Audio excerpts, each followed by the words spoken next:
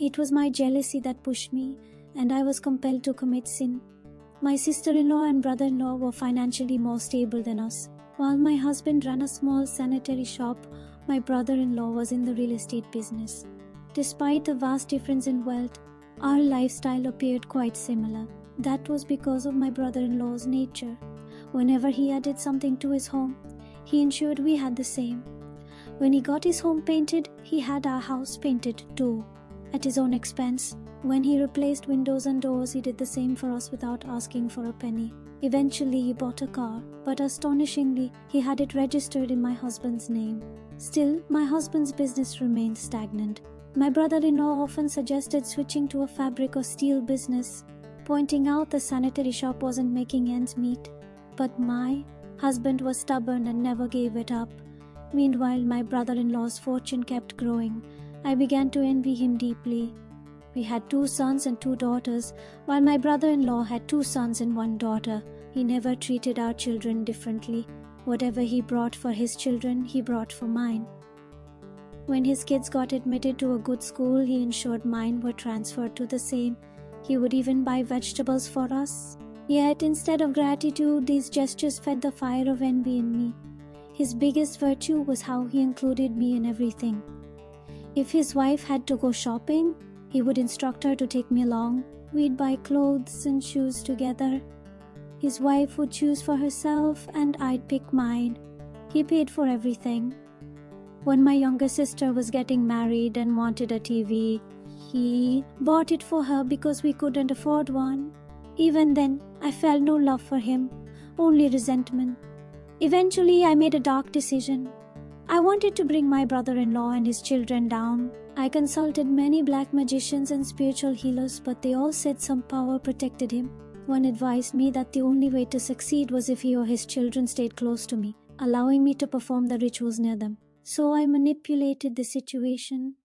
I convinced my husband to marry our eldest son to my brother-in-law's daughter. She moved into our house. I treated her kindly but secretly performed dark rituals on her. Initially, there were no major results. Sometimes she'd fall ill. Sometimes her father faced business losses. But they were temporary. Then I was introduced to a powerful sorcerer from Sindh. I paid for his travel and stay. I visited him with my daughter-in-law and a friend. The moment he saw my daughter-in-law, his eyes flared like coals. I was terrified. My daughter-in-law clung to me and screamed. He signaled my friend to cover her mouth. Then he performed the ritual until she fainted. He told me the ritual was powerful. She would start dying slowly, day by day, and die exactly 4.5 months later. Until then, she would suffer so much she'd beg for death. He gave me an amulet to keep in her room and some chants to recite near her. I did as instructed.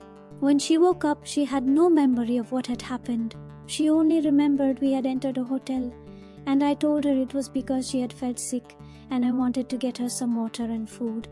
I denied everything in public. Soon, strange things started happening. She'd fall while walking, see the ceiling crashing down in her sleep and wake up, screaming.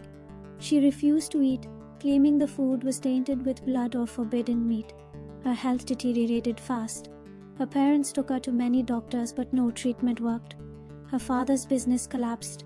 He sold everything for her treatment. Even then, her illness remained a mystery. The doctors once said she needed a course of 6 injections from America for a rare condition. But before the course could be completed, she passed away. Before dying, she begged us to pray for her death because her pain was unbearable. She refused to let anyone near her, afraid they would catch her illness. Her suffering was unimaginable. Even then, I felt no sympathy. On the day she died, her parents couldn't even afford a shroud. I had told my husband to deny having money, which he did. But he disobeyed me once. He let his brothers sell their shared house to survive and restart his business. That caused a rift between me and my husband, eventually leading to our separation. Our children chose to stay with their father. I lived with my brothers for some time, but they neglected me.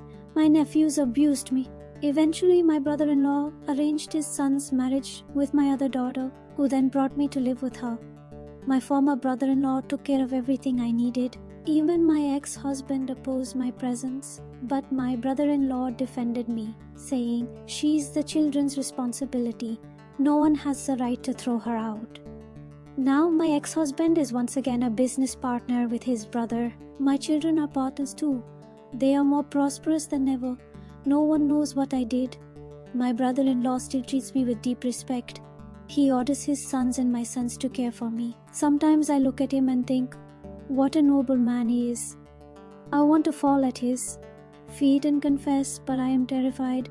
What if he finds out I murdered his beloved daughter? Maybe he would forgive me. Or maybe not. Perhaps he would kill me himself, or worse, his sons would. I remember how they wept at her deathbed, kissing her feet, begging her to wake up. They didn't let anyone else even bathe her body. If they ever find out what I did, they'll never forgive me.